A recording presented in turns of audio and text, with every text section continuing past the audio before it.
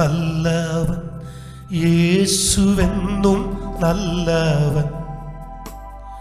ഇന്നലെയും ഇന്നും എന്നും അന്യ നല്ലവൻ. എന്നും നല്ലവൻ, യേശുവെന്നും നല്ലവൻ. ഇന്നലെയും ഇന്നും എന്നും അന്യ നല്ലവൻ. പാദമുള്ളിൽ നേരിടും നേരമെല്ലാം താങ്ങിടും. പാദമുള്ളിൽ നേരിടും നേരമെല്ലാം താങ്ങിടും. സാരമില്ലെന്നോതിടും തന്മാർവിലെന്നെ ചേർത്തിടും. സാരമില്ലെന്നോതിടും തന്മാർവിലെന്നെ ചേർത്തിടും. എന്നും നല്ലവൻ, യേശുവെന്നും നല്ലവൻ. ഇന്നലെയും ഇന്നും എന്നും അന്യ നല്ലവൻ. ഇന്നലെയും ഇന്നും എന്നും അന്യ നല്ലവൻ. സംഭവങ്ങൾ കേൾക്കവേ കമ്പമുള്ളിൽ ചേർക്കവേ. സംഭവങ്ങൾ കേൾക്കവേ കമ്പമുള്ളിൽ ചേർക്കവേ. തമ്പുരാന്റെ തിരുവചനം ഓർക്കവേ പോലാകവേ. തമ്പുരാന്റെ തിരുവചനം ഓർക്കവേ പോലാകവേ. എന്നും നല്ലവൻ, യേശുവെന്നും നല്ലവൻ. ഇന്നലെയും ഇന്നും എന്നും അന്യ നല്ലവൻ. ഇന്നലെയും ഇന്നും എന്നും അന്യ നല്ലവൻ. ഉലകവയിൽ കൊണ്ടു ഞാൻ വാടി വീഴാത്തോടുവാൻ. ഉലകവയിൽ കൊണ്ടു ഞാൻ വാടി വീഴാത്തോടുവാൻ. തണലേനിക്കു തന്നിടുവാൻ പല ഭാഗത്താൽ കൊണ്ടു താൻ. തണലേനിക്കു തന്നിടുവാൻ പല ഭാഗത്താൽ കൊണ്ടു താൻ. എന്നും നല്ലവൻ, യേശുവെന്നും നല്ലവൻ. ഇന്നലെയും ഇന്നും എന്നും അന്യ നല്ലവൻ. ഇന്നലെയും ഇന്നും എന്നും അന്യ നല്ലവൻ. വിശ്വസിക്കുവാനുമേ ആശ വെച്ചിടാൻ. വിശ്വസിക്കുവാനുമേ ആശ വെച്ചിടാൻ. വിശ്വമാതി ലാശോസിക്ക ആശ്രയവും യേശുവാ. വിശ്വമാതി ലാശോസിക്ക ആശ്രയവും യേശുവാ. എന്നും നല്ലവൻ, യേശുവെന്നും നല്ലവൻ. ഇന്നലെയും ഇന്നും എന്നും അന്യ നല്ലവൻ. ഇന്നലെയും ഇന്നും എന്നും അന്യ നല്ലവൻ. രാവിലും പകലിലും ചേലോടു തൻ പാലനം. രാവിലും പകലിലും ചേലോടു തൻ പാലനം. ഭൂവിയിലേക്കുള്ളാധീന പാലിനില്ല കാരണം.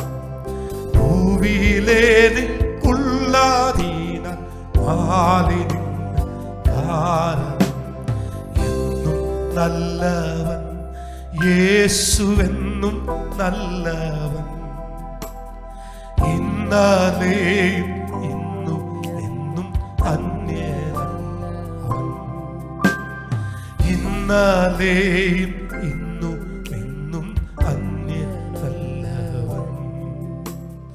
എന്നും നല്ലവൻ, യേശുവെന്നും നല്ലവൻ, ഇന്നലെയും ഇന്നും എന്നും അന്യ നല്ലവൻ, ഇന്നലെയും ഇന്നും എന്നും അന്യ നല്ലവൻ.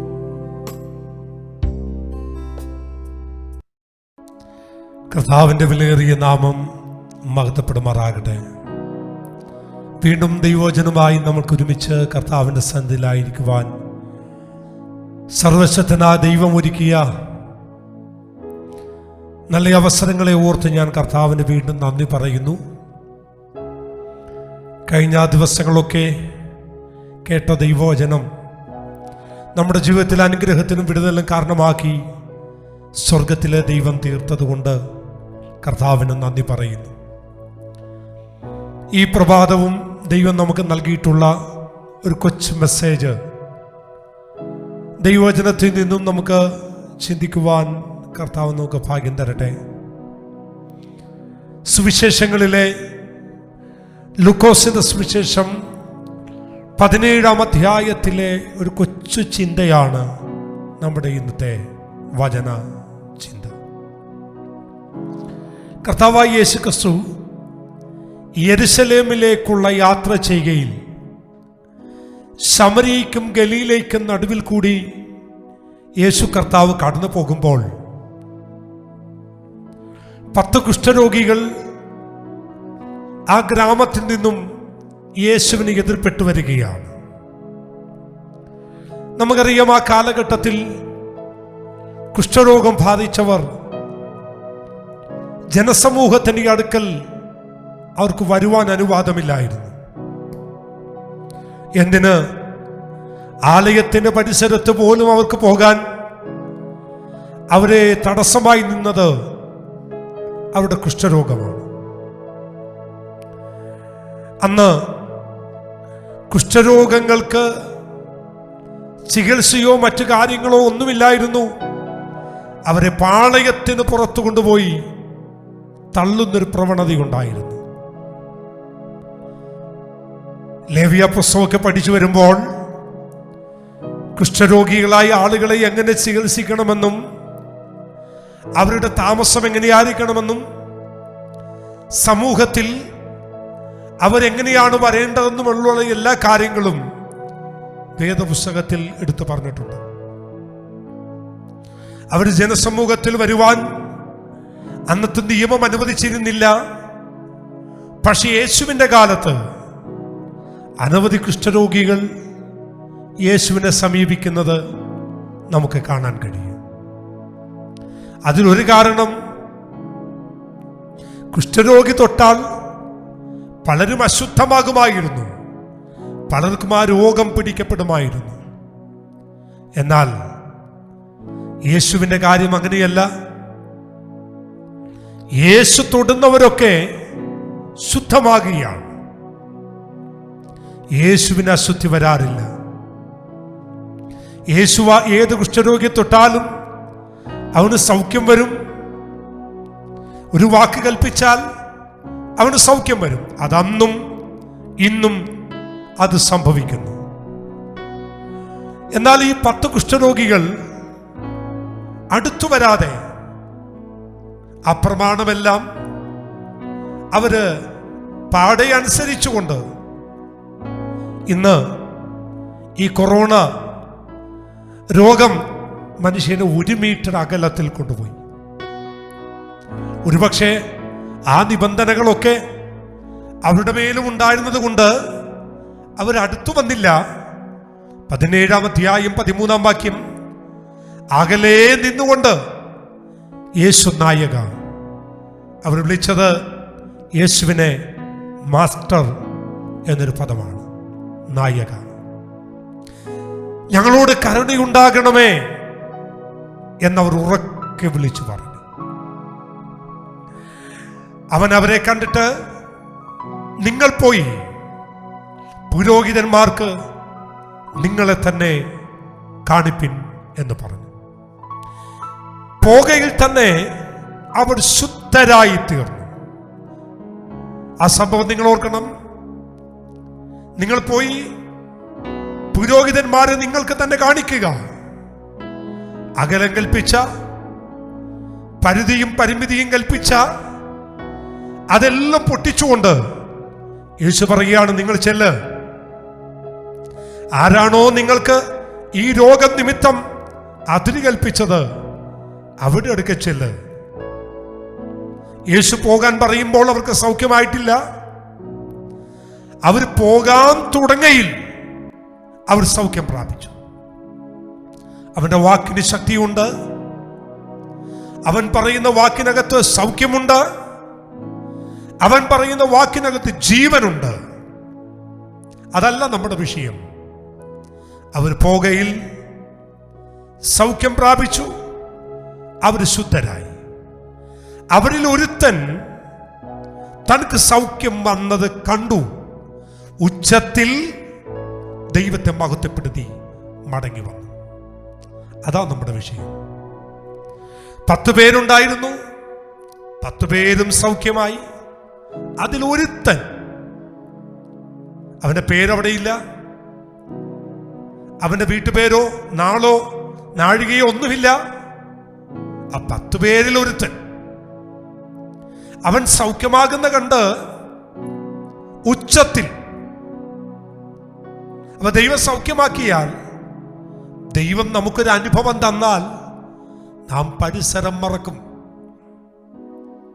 സുന്ദരമെന്ന ദേവാലയ ഗോപുരത്തിന്റെ വാതിക്കൽ ജന്മനാ മുടന്തനായ ഒരുവനോട് പത്രോസ് യോഹന്നാൻ പറയുക, വെള്ളിയും പൊന്നും ഞങ്ങൾക്കില്ല. നസറേനായ യേശുവിന്റെ നാമത്തിൽ എഴുന്നേറ്റ് നടക്ക. അവൻ സൗഖ്യമായി. അടുത്ത വാക്യം പറയുന്നത്, അവൻ ആലയത്തിൽ തുള്ളിയും ചാടിയും ദൈവത്തെ മഹത്വപ്പെടുത്തി. ദൈവത്തിൽ നിന്നും ഒരനുഭവമെങ്കിലും ലഭിച്ച ഒരു ദൈവ പൈതൽ പോലും അടങ്ങിയിരിക്കത്തില്ല. അവൻ ഉച്ചത്തിൽ ദൈവത്തെ മഹത്വപ്പെടുത്തി. 16-ാം വാക്യം, അവന്റെ കാൽക്കൽ വീണു. ആരുടെ? സൗഖ്യമാക്കിയവന്റെ, ശുദ്ധമായി തീരുക എന്ന് പറഞ്ഞവന്റെ കാൽക്കൽ അവൻ വീണു. അടുത്ത പദം, അവന് നന്ദി പറഞ്ഞു. എന്നെ ചിന്തിപ്പിച്ച ഒരു കാര്യം, അവൻ ആരാണെന്ന് അറിയണ്ടേ? അവൻ യഹൂദ പശ്ചാത്തലമുള്ളവനല്ല, ന്യായപ്രമാണത്തിന്റെ വക്താവല്ല,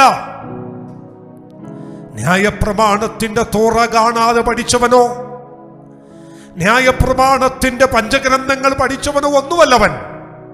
ഒരുപക്ഷെ അവനൊരു പ്രമാണം പോലും ഇല്ലാത്തവനാണ്. അടുത്ത വാക്യത്തിലുണ്ട്, അവനോ ശമരിയക്കാരനായിരുന്നു. ഒരു കൈയിൽ ബൈബിളും മറ്റേ കൈയിൽ പ്രമാണവത്തിന്റെ പുറംചട്ടകളും മാർവിൽ പിടിച്ചവനല്ല.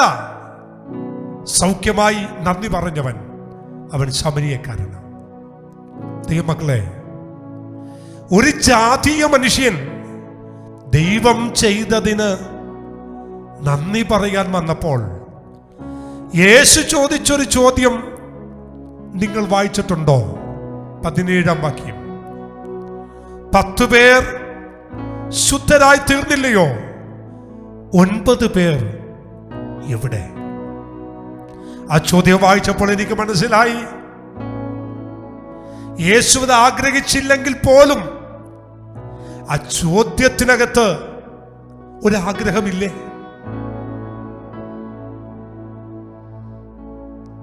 ആ ചോദ്യത്തിനകത്ത് സൗഖ്യമാക്കുന്ന ദൈവത്തിന് നന്ദി പറയാൻ ഒരു മനസ്സുണ്ടാകണമെന്നില്ലേ? അല്ലെങ്കിൽ അങ്ങനെ ചോദിക്കുമോ? 10 പേരല്ലേ, അതിൽ 9 പേരവിടെ. എനിക്കും നിങ്ങൾക്കും വേണ്ടി ദൈവം ചെയ്ത ഓരോ നന്മകൾക്കും നന്ദി പറയാനുള്ള ഒരവസരമാകട്ടെ ഈ ഭവനത്തിലിരിക്കുന്ന ഈ സമയം. സങ്കീർത്തന പുസ്തകം 103-ാം സങ്കീർത്തനം അതിന്റെ 2-ാം വാക്യം, എൻ മനമേ യഹോവയെ വാഴ്ത്തുക, എന്റെ സർവാന്തരംഗമേ അവന്റെ നാമത്തെ വാഴ്ത്തുക, അവന്റെ ഉപകാരങ്ങളൊന്നും മറക്കരുത്. വീട്ടിൽ വളർത്തുന്ന നായ, വീട്ടിൽ വളർത്തുന്ന പൂച്ച, വീട്ടിൽ വളർത്തുന്ന മൃഗങ്ങൾ യജമാനനെ കാണുമ്പോൾ എത്രയോ സന്തോഷമാണ്. എൻ്റെ കുഞ്ഞുനാളിൽ എൻ്റെ വീട്ടിൽ എൻ്റെ അമ്മ പശുവിനെ വളർത്തുമായിരുന്നു. അതിരാവിലെ വെളുപ്പിന് അമ്മ പള്ളിയിൽ പോയി തിരിച്ചു വരുമ്പോൾ ഞാനും ഉണ്ടാകും കൂടെ.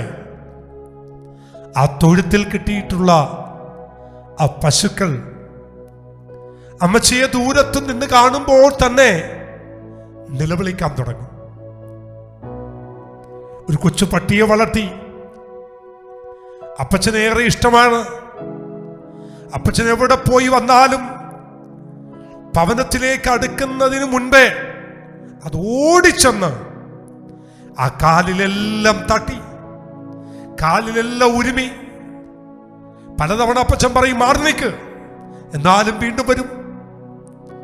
ഒരു നേരത്തെ ആഹാരം, ഒരു നേരത്തെ വെള്ളം, ഒരു നേരത്തെ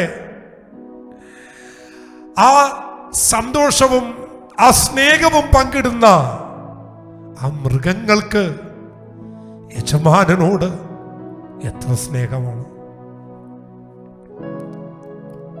8 മാസങ്ങൾക്ക് മുമ്പ് മലയാള മനോരമ പത്രത്തിൽ വന്നൊരു വാർത്തയുണ്ട്. രാത്രിയിൽ വാതിൽ തുറന്ന് വെളിയിലിറങ്ങിയ യജമാനനെ ഏതാനും നാളുകളായി വളർത്തിക്കൊണ്ടിരിക്കുന്ന നായ വെളിയിലേക്ക് ഇറക്കുന്നില്ല. ഒരു സ്റ്റെപ്പ് വെച്ച് വെളിയിലേക്ക് ഇറങ്ങുമ്പോൾ ഇന്ന് വരെ യജമാനന്റെ നേരെ കുതിരിച്ചു വരാത്ത, ആക്രമണ ശക്തത്തോടെ കുതിച്ചു വരാത്ത ഈ നായ യജമാനന്റെ ദേഹത്തേക്ക് ചാടി വീണ് കുരക്കുകയാണ്. അവസാനം അത് വയലന്റ് ആയിരിക്കുന്നത് കണ്ട് യജമാനൻ വാതിലടച്ച് അകത്ത് പോയി കിടന്നുറങ്ങി. അതിരാവിലെ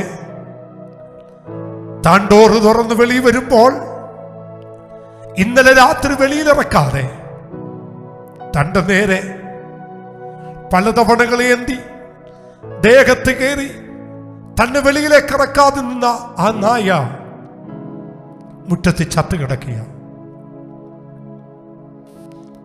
തന്റെ പട്ടിയുടെ പേര് വിളിച്ച് ഓടിച്ചെന്ന് അതിനെ തൊടാൻ ചെല്ലുമ്പോൾ അതിന്റെ 2 കാലിനെയും അടിയിൽ ഒരു വിഷപ്പാമ്പ് ചത്തു കിടക്കുക.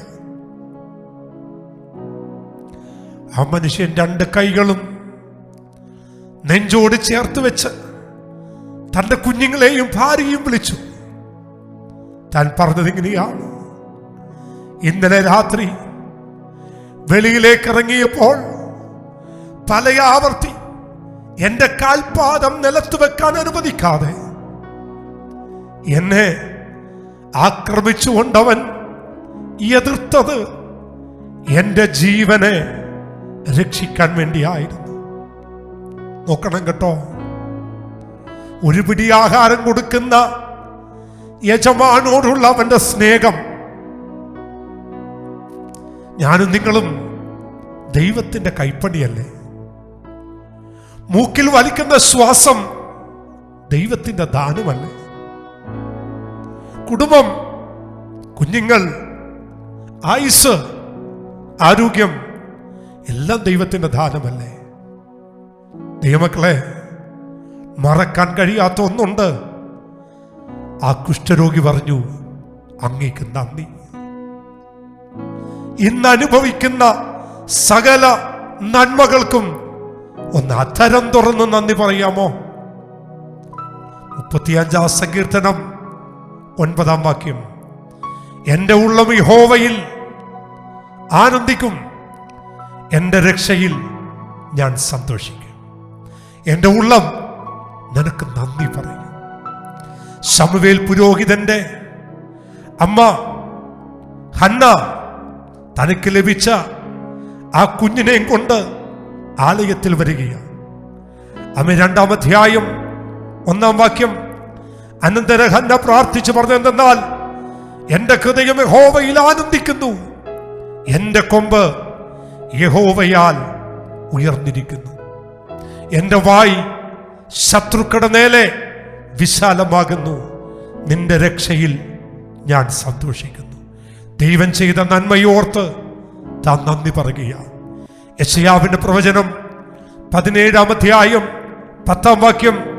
നിന്റെ രക്ഷയുടെ ദൈവത്തെ നീ മറന്നു, നിന്റെ ബലമുള്ള പാറയെ ഓർക്കാതിരിക്കൊണ്ട് നീ മനോഹരമായ തോട്ടങ്ങളെ ഉണ്ടാക്കി അവയിൽ അന്യദേശത്ത് നിന്നുള്ള വള്ളികളെ നടുന്നു.